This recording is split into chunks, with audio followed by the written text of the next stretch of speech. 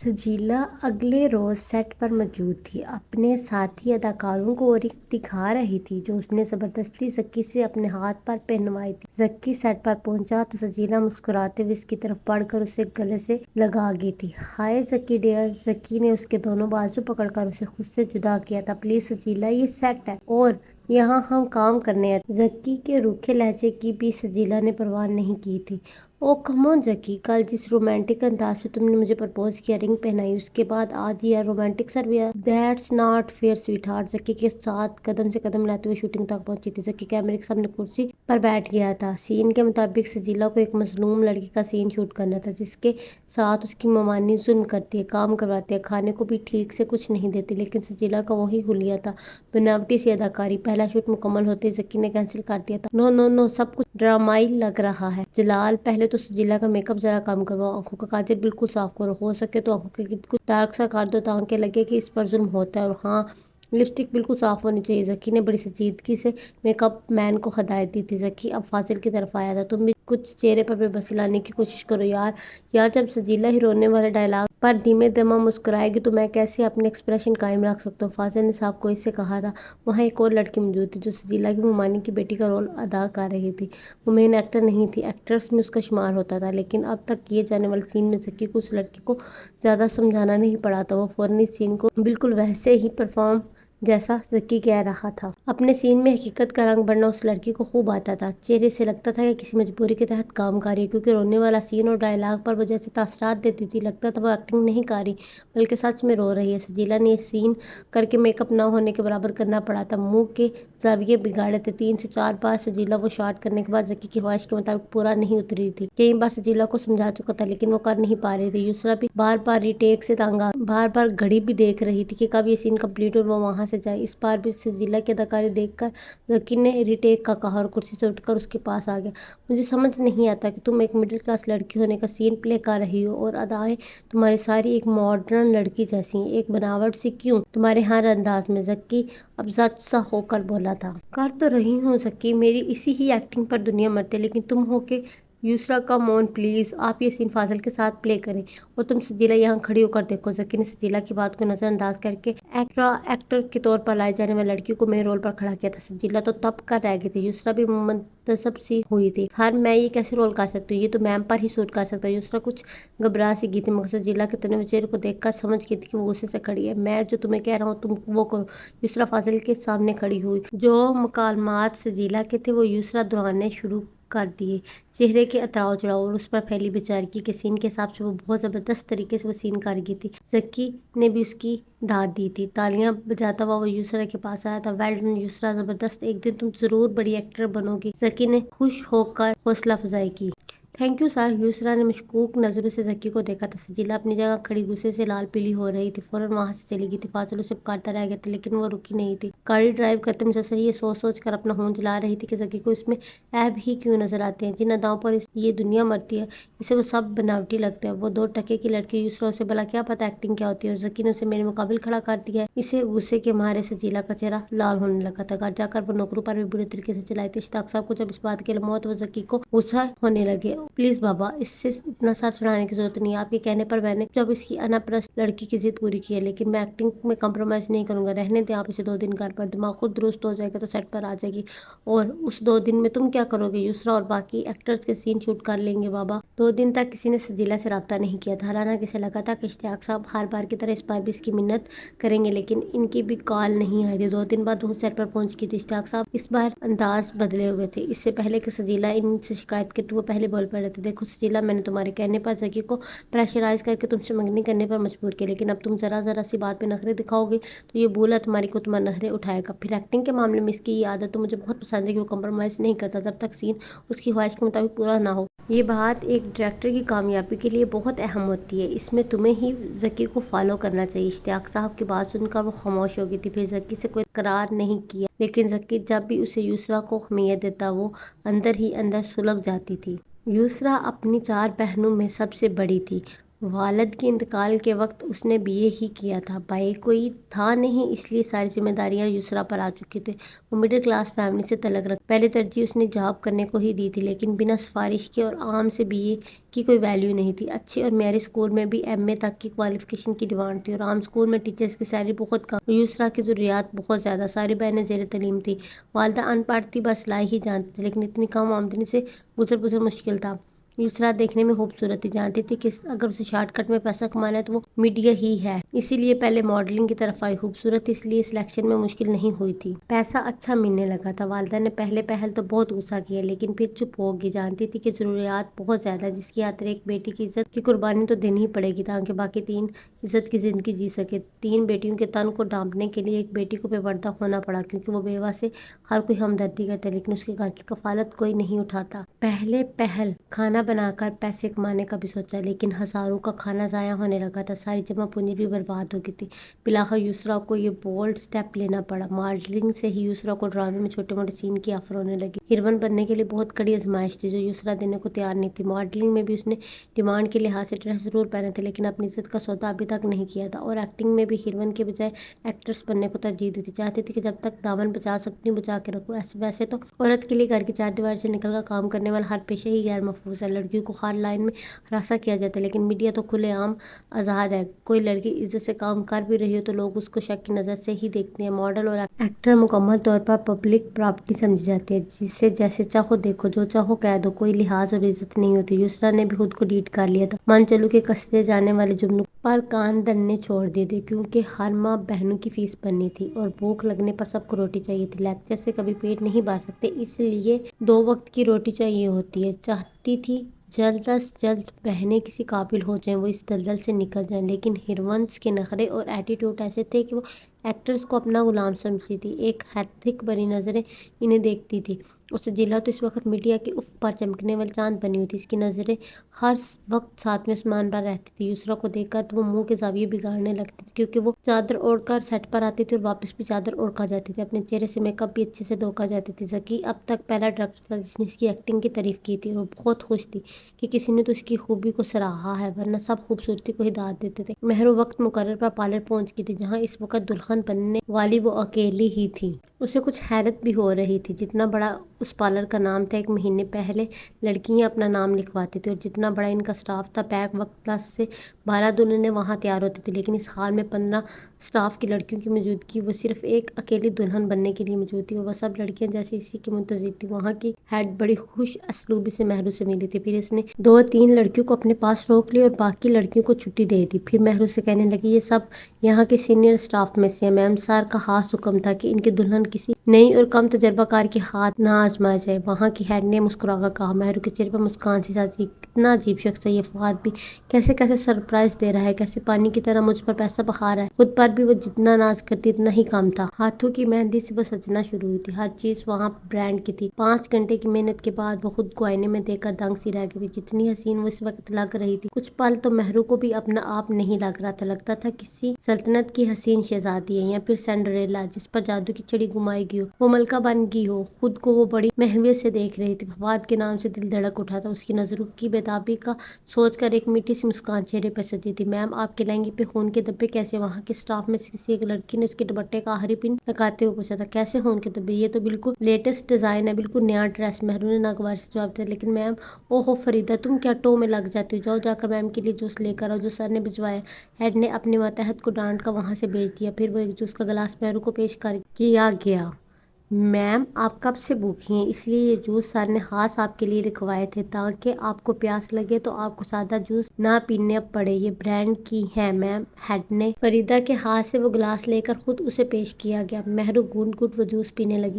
سنو، رونے سے میک اپ تو خراب نہیں ہو جائے گا، کیونکہ میں جتنا بھی کنٹرول کر لوں، رخصتی کے وقت میرے آنسو نہیں رکیں گے۔ مہرو کی بات سن کر وہ ہیڈ خاتون ہنسنے لگی۔ نو میم، یہ واٹر پروف میک اپ ہے، سر نے بھی یہی تاکید کی تھی کہ میری وائف بہت چھوٹے سے دل کی ہے، روئے گی بہت، اس لیے میک اپ خراب نہیں ہونا چاہیے، ہم نے ان کی ہر بات کو مد نظر رکھ کر آپ کو سجایا ہے، رونے سے آپ کا کاجل تک نہیں پھیلے گا۔ مہرو نسا مسکرانے لگی۔ باہر اپنی گاڑی کا ہارن سن کر وہ کھڑی ہوگی۔ اوکے میم، خدا حافظ، وہ خاتون مسکرا کر بولی۔ مہرو تیز قدم اٹھاتے باہر کو چلی تھی، گاڑی اسی کی تھی، لیکن نہ جانے ڈرائیور نے چہرے پر کالا کپڑا کیوں لپیٹ رکھا تھا، اس کا چہرہ چھپا ہوا تھا۔ وہ بیک سیٹ پر جا کر بیٹھ گئی۔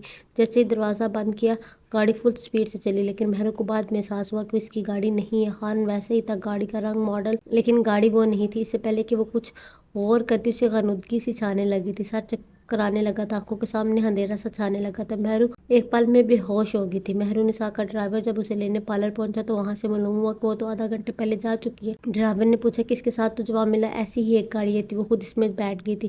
اب یہ نہیں معلوم کس کے ساتھ۔ ڈرائیور نے گھر پہنچ کر نیاز صاحب کو یہ خبر دی تھی۔ نیاز صاحب تو غصے اور استحصال میں ڈرائیور کا ہی گریبان پکڑ لیا تھا۔ مگر تم میری بیٹی کو کہاں چھوڑ کر آیا؟ بارات کے لیے سب خال جانے کے لیے گھر سے نکلنے ہی والے تھے کہ یہ قیامت ٹوٹ پڑی تھی۔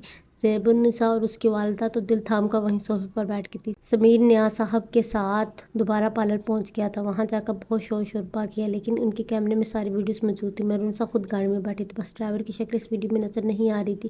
دیکھنے میں یہی لگ رہا تھا کہ گاڑی ان کی ہے، لیکن گاڑی کا نمبر پلیٹ الگ تھا اور اس نمبر کو نوٹ کر لیا گیا تھا۔ نوٹ کر کے فوراً پولیس کو بتایا گیا تھا۔ دوسری جانب ہر بات سے بے خبر فواد دلہا بن کے بارات کے ساتھ نکل چکا تھا۔ راستے میں ہی فواد کو سمیر کی کال آئی تھی۔ خبر ایسی تھی کہ پاؤں کے نیچے سے زمین ہی کھسک گئی تھی۔ سب لوگ سیدھا نیاز صاحب کے گھر پہنچے تھے۔ جس گاڑی کا نمبر ٹریس کیا گیا تو وہ خالی ایک سنسان روڈ پر ملی تھی، جہاں آبادی کا دور دور تک کوئی نام و نشان نہیں تھا۔ مہرونسا فون بند تھا۔ کار ریکارڈر میں جو بھی نمبر تھے سب کو ٹریس کیا گیا تھا، لیکن جس نمبر سے مہرونسا کو میسج آیا تھا وہ نمبر بند تھا۔ آدھی رات بیت چکی تھی، لیکن مہرونسا کا کچھ پتہ نہیں چل رہا تھا۔ نہ اس کی کسی سے کوئی انبن ہوئی تھی، نہ ہی نیاز صاحب کی کسی سے ذاتی دشمنی۔ وہ اپنی شادی سے بے حد خوش تھی، راضی تھی۔ فواد کے ساتھ کوئی لڑائی بھی نہیں ہوئی تھی۔ کیس کا کوئی سرا ہاتھ نہیں آ رہا تھا۔ معاف کرنا نیاز صاحب، آپ کی بیٹی کوئی چھوٹی بچی تو نہیں ہے کہ جسے 2 روپے کی ٹافی دے کر بہلا کر لے گیا ہو کوئی؟ سی سی ٹی وی ویڈیو میں وہ خود اس گاڑی میں بیٹھی ہے۔ یہ اب عام سی بات ہوگی۔ ماں باپ پہلے تو بچوں کے زبردستی رشتے طے کر دیتے ہیں، بعد میں وہ گل کھلا دیتی ہیں تو اپنی غلطی ماننے سے انکار کر وہ ہماری جان عذاب میں ڈال دیتے ہیں۔ ہم اپنی راتیں کالی کر کے جب کیس کی تہہ تک پہنچتی ہیں تو معلوم ہوتا ہے لڑکی خود اپنی مرضی سے اپنے یار کے ساتھ بھاگ گئی۔ ایس ایچ او نے بنا لحاظ جملے بولنے شروع کیے تھے۔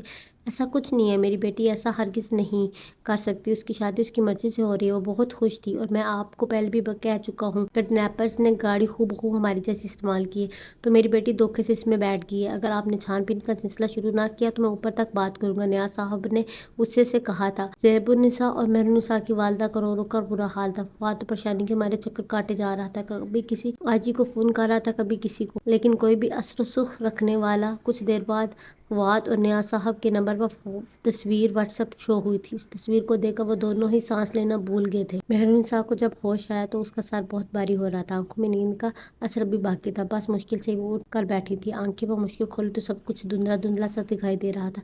کمرہ بہت کشادہ سا تھا، اے سی آن تھا، کمرے کی ہر چیز ڈبل دکھائی دے رہی تھی۔ وہ اپنا سر چکراتا پکڑ کر دبانے لگی تو احساس ہوا کہ وہ زیورات پہنے ہوئے، پھر نظریں خود پر پڑی تو خود کو عروسی لباس میں دیکھ کر یاد آیا کہ وہ پارلر سے تیار ہو کر نکلی تھی اور پھر گاڑی میں بیٹھی۔ اس کے بعد اسے کچھ یاد نہیں آ رہا تھا۔ کیا میری شادی ہو چکی ہے؟ میں فواد کے کمرے میں ہوں؟